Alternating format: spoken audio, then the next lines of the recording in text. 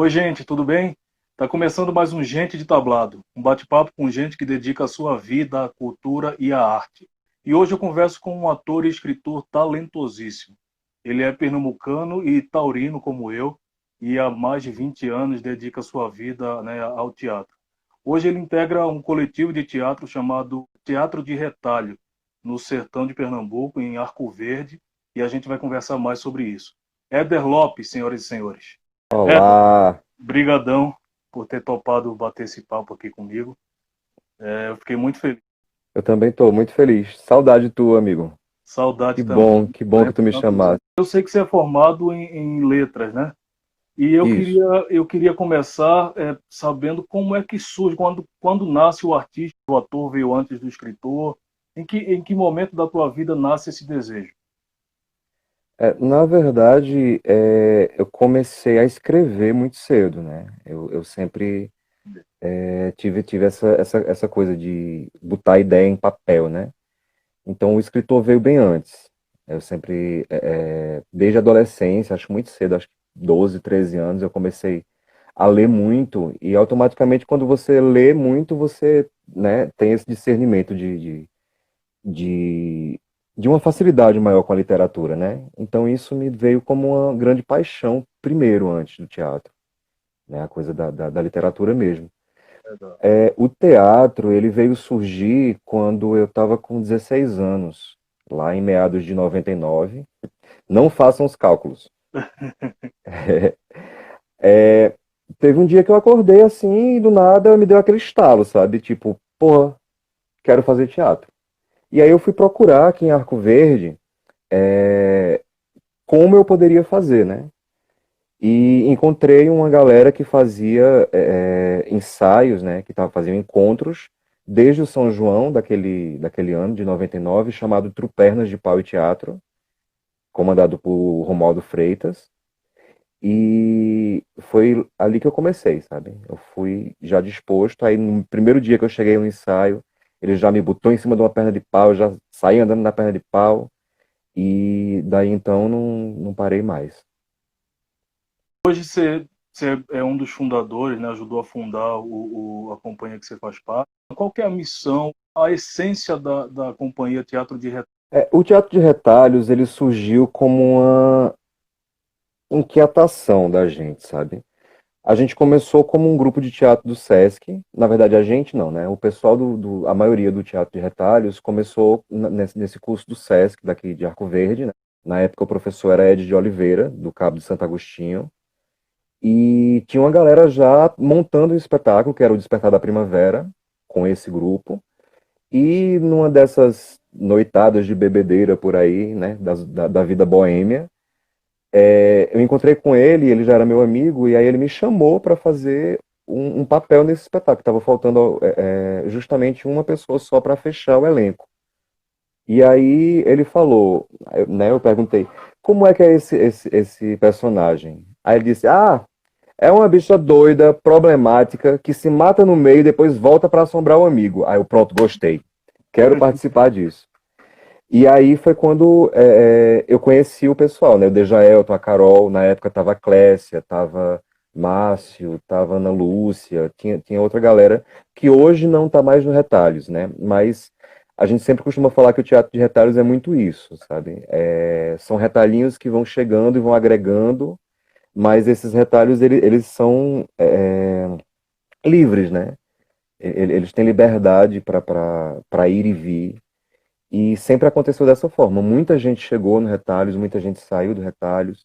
E acho que da formação original mesmo, lá de 90, aliás, 90 não, de 2008, só tem realmente eu, Dejaelton e Carol, Muita coisa, muito conteúdo sobre uma montagem, uma adaptação que vocês fizeram do João Falcão, A Máquina, do espetáculo. do espetáculo É, que vocês adaptaram, né? E aí, é esse espetáculo foi o último da companhia? Vocês trabalham com repertório de espetáculo? isso. Na verdade, a gente vai por fases, sabe? Quando a gente começou com o Despertar, né? A gente passou um período com esse espetáculo, aí depois começou a estudar o Teatro do Oprimido, né? Do Boal. Aí surgiu Revolta no País dos Retalhos, que é uma adaptação do texto dele. E logo depois disso a gente foi para um processo que é um divisor de águas assim para gente, para todos nós do Retalhos, que foi o processo de Palhaço, né? A gente começou em 2001, mais ou menos, por ali, e passou 2 anos ferrenhamente, encontros, sabe, bem extensos, bem exaustivos, para poder chegar nessa poética do palhaço, né? E a partir daí a gente modificou toda a forma de atuação, de dramaturgia, de sensação cênica mesmo. Tudo foi modificado com a coisa do palhaço, porque é muito forte, é muito visceral, né? Então, assim, eu não digo que a gente é um grupo de repertório, eu digo que a gente é um grupo de processos, sabe? A gente já teve processo com, como eu falei, a poética do oprimido, né? Já teve com a poética do palhaço, já estudou, enfim, a gente tem grupos de estudo que funcionam, né, sempre, e a gente está sempre buscando isso. E a cada espetáculo, a cada novo trabalho que a gente se propõe a fazer, a gente fica imerso, né, nesse processo. Com a máquina, quando tu citaste, que é um texto na verdade é um romance da Adriana Falcão, que foi transformado em um texto teatral pelo João Falcão em cena, a gente resolveu fazer esse espetáculo porque ele dialogava muito com uma coisa que a gente precisava, que era a coisa da territorialidade, sabe? Da gente saber o porquê de a gente estar aqui e a importância disso, entende? E aí, na época, a gente mergulhou muito nessa coisa do estudo da territorialidade, quase enganchando, para poder ter isso. E a máquina nada mais era do que a história de Antônio e de Karina. Karina, muito sonhadora, que queria sair de Nordestina, que era uma cidadezinha pequenininha, que não tinha muito futuro, né? E Antônio era muito apaixonado por ela, a amava demais e não queria que ela saísse dali para não perder aquela vida que eles tinham, porque ele também amava muito Nordestina, né? Então, acima de uma história de amor entre duas pessoas, existe ali uma história de amor entre o homem, né? O homem, quando eu falo o homem, é o ser humano, pelo seu território, sabe? E a gente achou que isso seria uma coisa muito interessante de ser falada, justamente por isso. Porque tinha essa coisa de Arco Verde ser a nossa nordestina, sabe? Só que aí aconteceram alguns problemas assim em relação aos direitos autorais do texto e tal. A gente estava pagando, estava conversando diretamente com o João, com a produtora dele e tal. E chegou um momento que ele decidiu que aquele texto não podia mais ser feito por outra pessoa, porque ele ia montar e tal. E aí a gente terminou que teve que deixar esse processo todo, né, do espetáculo que já estava rodando. A gente teve que dar um fim nele por livre repressão. A gente apresentou, a gente fez Janeiro de Grandes Espetáculos. Eu acho que a última apresentação Ah, da gente foi no Janeiro, justamente porque acho que teve uma projeção maior, sabe? E aí ele aí não dava resolveu para continuar, né? que que não ia permitir que continuasse. Aí Aham. ficou meio isso.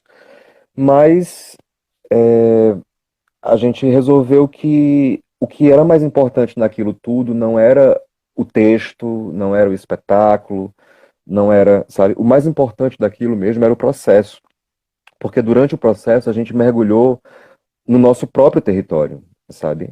E a gente percebeu que não precisa uma pessoa vir de fora para falar sobre o nosso território, que a gente mesmo pode falar sobre ele. E aí, a partir disso, a gente está com um novo processo agora de um espetáculo que, digamos assim, seria a nossa máquina, sabe? Não tem nada a ver com a máquina, obviamente. A gente vai usar o processo de território porque é um processo nosso, não é, né? Do João realmente era o texto. E aí a gente vai tá usando esse processo para vir com essa força de contar a nossa história, sabe? A nossa história é contada por nós mesmos. É Entendi. isso.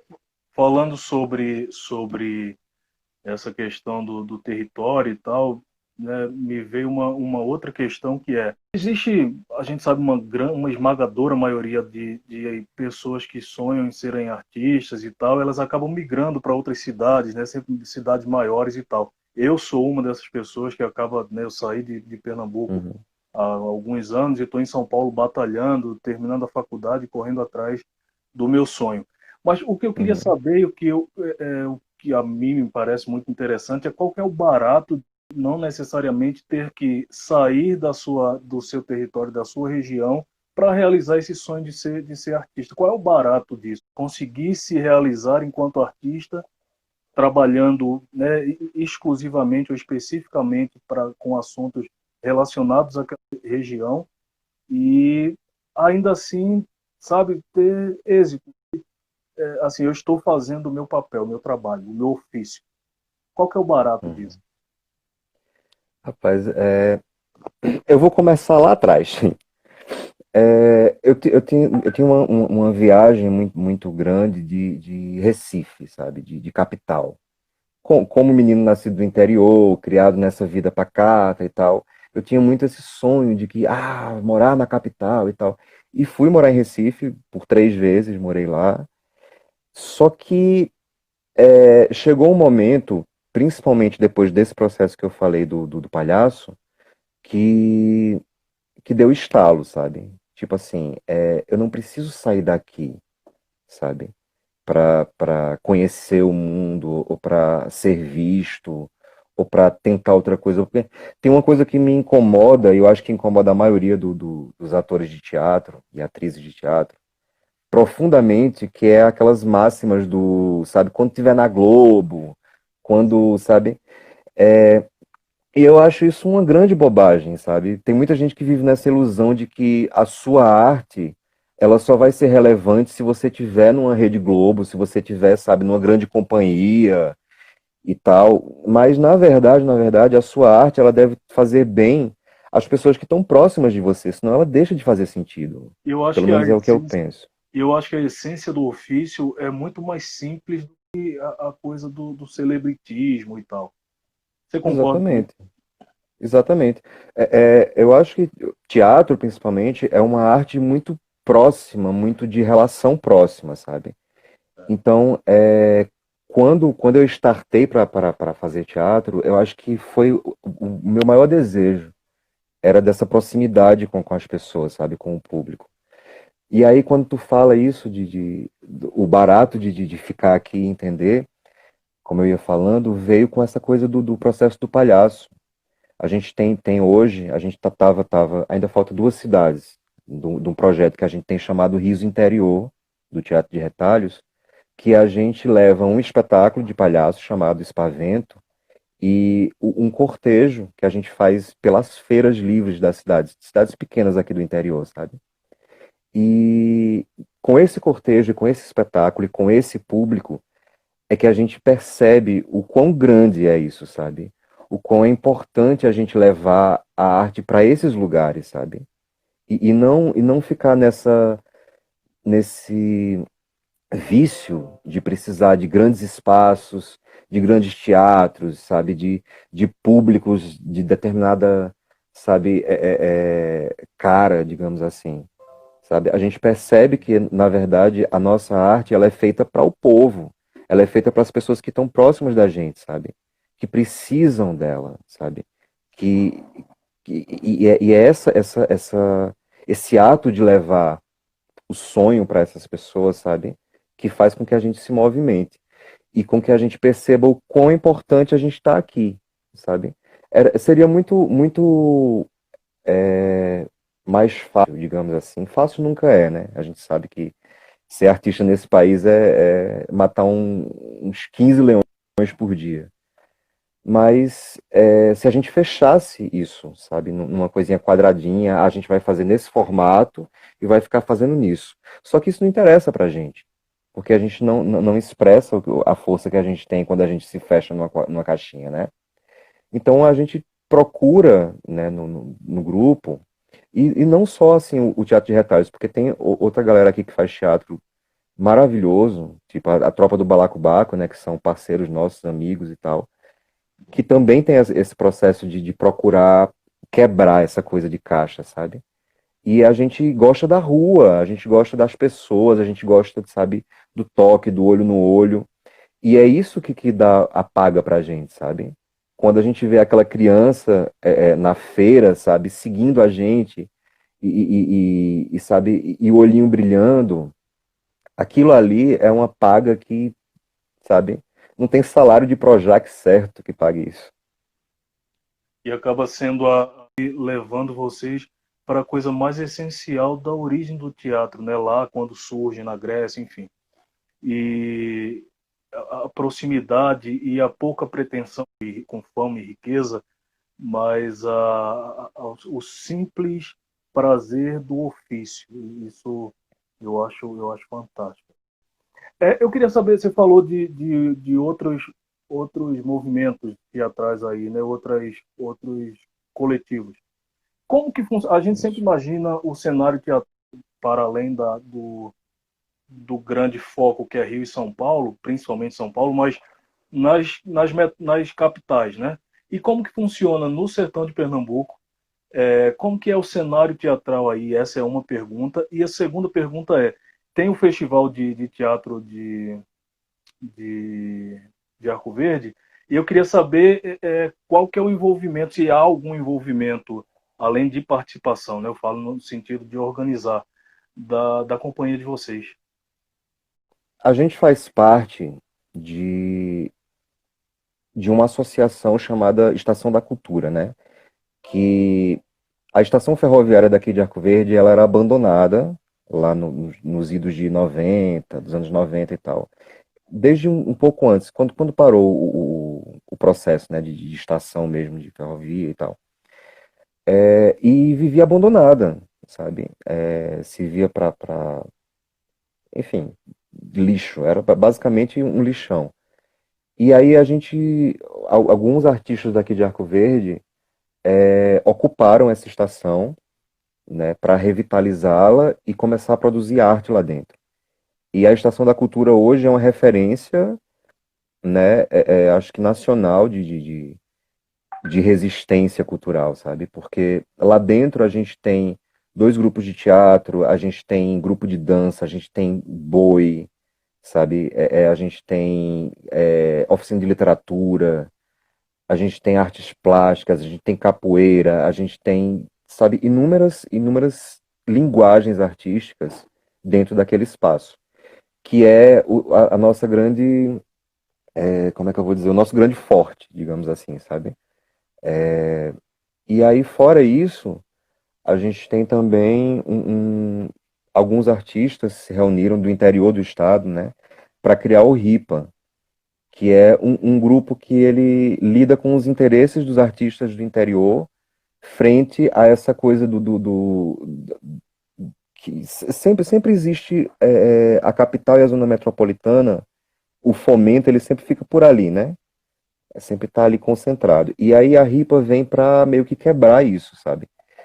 Explicar para as pessoas que no interior do estado a gente faz arte com muita qualidade, com muita responsabilidade, que não deixa a desejar a ninguém, sabe?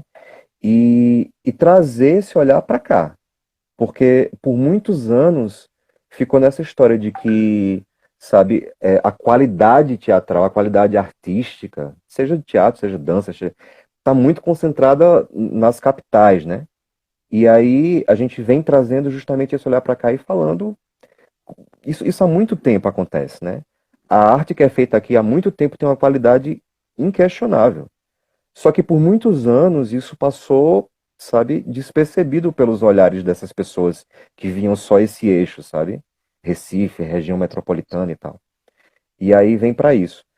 É, Fora isso, a gente tem muitas manifestações culturais aqui o tempo inteiro, né? Aqui é a terra do samba de coco, né? Então, assim, a gente tem grandes mestres de samba de coco aqui e sempre está acontecendo, sabe, eventos. Agora, nessa pandemia, não tem como, né? A gente está fazendo tudo assim, virtualmente. Mas Arco Verde respira cultura o tempo inteiro, sabe? Às vezes as pessoas caem no erro de achar que é no São João que acontece, sabe? Mas não é. O ano inteiro está acontecendo cultura em Arco Verde. Está acontecendo arte, está acontecendo manifestação, está acontecendo resistência, sabe? A gente resiste mesmo, porque se for depender de político, de apoio, de não sei o que lá, a gente não faz nada, entendeu? E a gente também não, nem está interessado nisso, porque a intenção é que a arte seja apartidária, sabe? E que fale da nossa história. Acho que o mais importante é isso. A gente precisa contar a nossa história, independente disso, Legal, sabe? Independente de qualquer outra coisa. incrível. E o festival de teatro de Arco Sim, Verde, esqueci de falar. A gente ia fazer em março o primeiro Cena Interior, que foi foi aprovado o edital do Fucultura para um teatro, para um festival de teatro aqui em Arco Verde, né? Aconteceram outros festivais na década de 80, na década de 90, teve o Cena Aberta do Romualdo Freitas, e Arco Verde era uma referência muito grande em festivais teatrais. Só que aí ocorreu um hiato por algumas questões, creio que na época políticas e tudo, e, e já faz alguns anos, eu não vou saber te precisar a quantidade de anos, mas já faz alguns anos que não tem festival de teatro aqui. E aí a gente aprovou esse festival e ia acontecer agora em março. Só que aí a gente sabe o que aconteceu, né? E aí impossibilitou da gente fazer. Aí a gente resolveu adiar, né? Resolveu não. A gente foi obrigado a adiar, DVD, né? mas ele tá para acontecer, vai acontecer. Os grupos já estavam todos articulados, já estava tudo encaminhado, sabe? Praticamente o festival estava 100% Então fechado. é só uma Mas aí, questão de passar essa coisa da pandemia e vocês retomarem esse projeto, né? E exatamente. Assim que a gente, né, puder, for seguro, a gente voltar às atividades e tal, a gente vai estudar isso direitinho para já estabelecer uma data e já entendi. começar. E você falou em pandemia e tal, como que estão os processos da companhia nesse período? Assim, vocês continuam produzindo, né? Isso. A gente tem uma coisa muito interessante que aconteceu também, porque assim, a gente veio esses anos todos, né, nesse processo de teatro, de circo também, né, quando a gente entrou na linguagem do palhaço, mas a gente também começou a se arriscar em outras linguagens, né? A gente tem dois curtas-metragens já. Um é um documentário que, que é chamado Malassombros, né? Que deu origem, inclusive, a um espetáculo, Sombras Malassombros. eu acho que eu vi Oi? algo. Malassombros eu vi algo Pronto. dele. Aí o curta é do Dejaelton Quirino, que ele é o diretor acho que, dos últimos espetáculos que a gente fez, ele é o diretor de todos. Aí, esse curta, ele culminou no espetáculo Malassombros, Contos do Além Sertão, que inclusive a gente foi com esse espetáculo para Santos. Aí a gente viajou bastante com ele e é outro presente maravilhoso, assim, depois desse presente do palhaço, né? É porque a gente trabalha com a meia máscara, né? E trabalha com manipulação de bonecos, contando essas histórias de mal-assombro, né? De botija, de a menina que bateu na mãe e virou cachorra, do corpo seco, sabe? Essas histórias maravilhosas que são muito próprias daqui do sertão, né? Sim. E aí, quando a gente sai, a gente foi com esse espetáculo para Santos, a gente foi com esse espetáculo para São Luís do Maranhão, e aí quando a gente chega, é impressionante como a gente percebe que são vários Brasis, mas na verdade é um Brasil só. Porque todo mundo se identifica com aquilo, todo mundo tem uma avó, todo mundo tem uma tia, todo mundo tem alguém que sabe, que conhece alguma história daquele tipo. E aí é maravilhoso, porque o feedback disso, sabe? Geralmente as pessoas chegam depois e falam, ai, eu achei maravilhoso. E aquela história, minha avó me contava aquela história da botija, que não sei o que, sabe? E isso é fantástico, porque é aí que a gente reafirma a coisa de que a gente não precisa sair daqui para falar daqui, sabe? A gente tem uma linguagem e uma verdade que é meio que universal, que todo mundo entende. A gente lançou o curta, né? O Retalhos lançou o curta do Malassombros, que é um documentário, né? Que os meninos foram lá fazer entrevista com o pessoal do sítio, então tem o pessoal, né, da zona rural contando essas histórias, é muito, muito legal. E a gente fez o D20 Vermelha, que é o nosso primeiro curta de ficção, que estamos eu e Alex Pessoa em cena, e a direção também é do Deja Elton e tal. É, e, e é uma linguagem nova que se abre aos nossos olhos, né? E aí, nesse tempo de pandemia, isso é muito pertinente, porque a gente consegue também produzir sem precisar, né, necessariamente de um público ali, porque a gente sabe que infelizmente não pode. A gente ter essa descoberta dessa outra linguagem possibilita a gente continuar produzindo, entende? Então Sim, a sim. gente passeando agora pelo audiovisual, a gente tem possibilidade de fazer várias coisas. Inclusive, a gente está com uma websérie, né, na página do Teatro de Retalhos, chamada Fica em Casa Mais Eu, que é com alguns personagens do espetáculo Malassombros, né? A gente tem site tem muita informação lá no site. A gente está O na site página do Retalhos, né? Tem os vídeos da IGVT, aí tem toda a série, a websérie Fica em Casa Mais Eu, tá todinha lá. o que fama significa para você? Fama. Eu acho fama uma palavra muito perigosa, sabe? Porque tem muita gente que eu conheço que se espelha nisso como uma meta, sabe? E que tem um conceito, creio, conceito, ou talvez um pré-conceito, não sei se a opinião é tão formada assim, mas que tem uma ideia, né, de que a fama é muito atrelada a dinheiro, é muito atrelada a esse sucesso, sabe? Que a gente sabe que é completamente efêmero. E eu acho que para mim, fama, sucesso e tal, é um caminho exatamente contrário a esse, sabe? É como eu estava falando, quando a gente chega numa feira livre, com aquele monte de palhaço, sabe? A charanga que anda, a gente tem três músicos que acompanham a gente ao vivo, que é o maestro Eduardo Espinhara, o Felipe e o Diego, com trompete, com sanfona, sabe? Com sax. E quando a gente. E aí, nesse projeto, são 8 palhaços, sabe? Inclusive um intérprete de Libras, que é o Enio Felipe. E aí, quando a gente sai nesse cortejo pelas feiras e vê o encantamento das pessoas e a forma que elas nos recebem, sabe, nessas cidades, que até então ou não tinham ou tinham muito pouco acesso à arte, ao teatro, ao circo, sabe, a qualquer tipo de manifestação artística dessa natureza, eu acho que aqueles sorrisos, aqueles, sabe, olhinhos brilhando, aquela senhora que, sabe, vem de casa correndo com um pano de prato no braço para ver o que está acontecendo e abre um sorriso para a gente, eu acho que é isso, o sucesso, sabe? Eu acho que é isso acho que ter sucesso é ser feliz no que você faz, sabe? É aquela coisa de que quando você faz o que você ama, você não precisa trabalhar um dia sequer da sua vida, né? Então, assim, a gente se diverte, a gente trabalha, a gente tem seriedade, a gente tem responsabilidade, a gente, sabe? Mas é tudo com tanto amor, sabe? Com tanta paixão que, que não pesa, sabe? Que é uma coisa leve.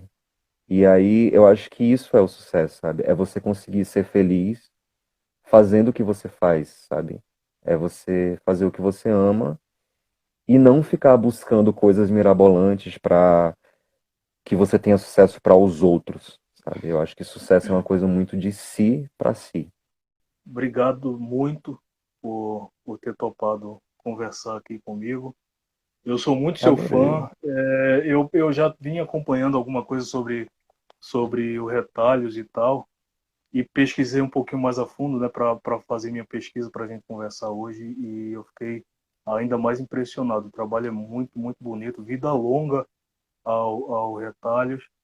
Muito mais sucesso para vocês e para você também. A gente se vê em breve. Eu Valeu. espero, assim que eu conseguir em Pernambuco, que faz um tempinho já que eu não vou, mas assim que eu conseguir, a gente marca de fazer alguma coisa lá. Tem que Tá? vir mesmo. Tem para conhecer os espaços, para conhecer a galera, tu vai se encantar, sabe? Assim, como sabemos, né? Por enquanto tá aquele hiato por conta dessa situação escabrosa Sim, que está acontecendo. pois é. Mas quando tu chegar aqui, que conhecer os mestres do coco, que conhecer a Estação da Cultura, que conhecer o ponto de cultura de Lula, que sabe que conhecer o boi, os bois, né, que aqui tem uma cultura muito forte de bois também.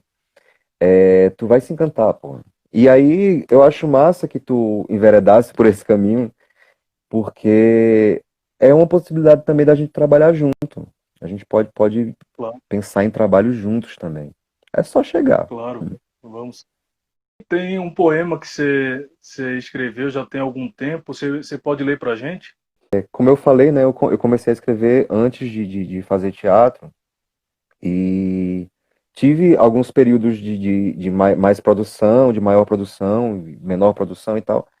Mas ultimamente, como a gente está nesse confinamento, né? Acho que algumas coisas despertaram assim e eu voltei à produção. Você Aí pode. tem também algumas produções que são referentes o audiovisual, sabe? A gente tá fazendo.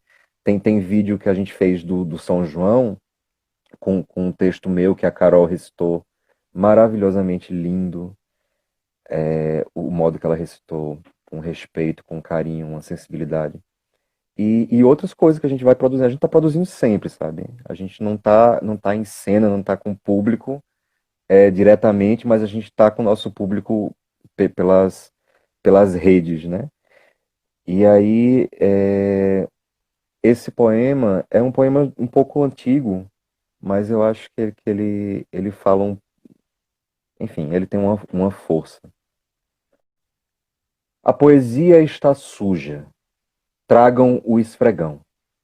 Limpem todos os compartimentos até deixá-la luzindo. Corredores, rampas, salas escusas, lavem todas as escadarias. Desembacem as vidraças. Ponham de molho as cortinas. Arranquem as teias de aranha. Esfreguem, esfreguem, esfreguem. Não esqueçam das arestas.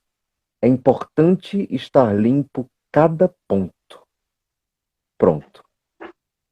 A poesia está limpa. Que merda. Éder Lopes, senhoras e senhores.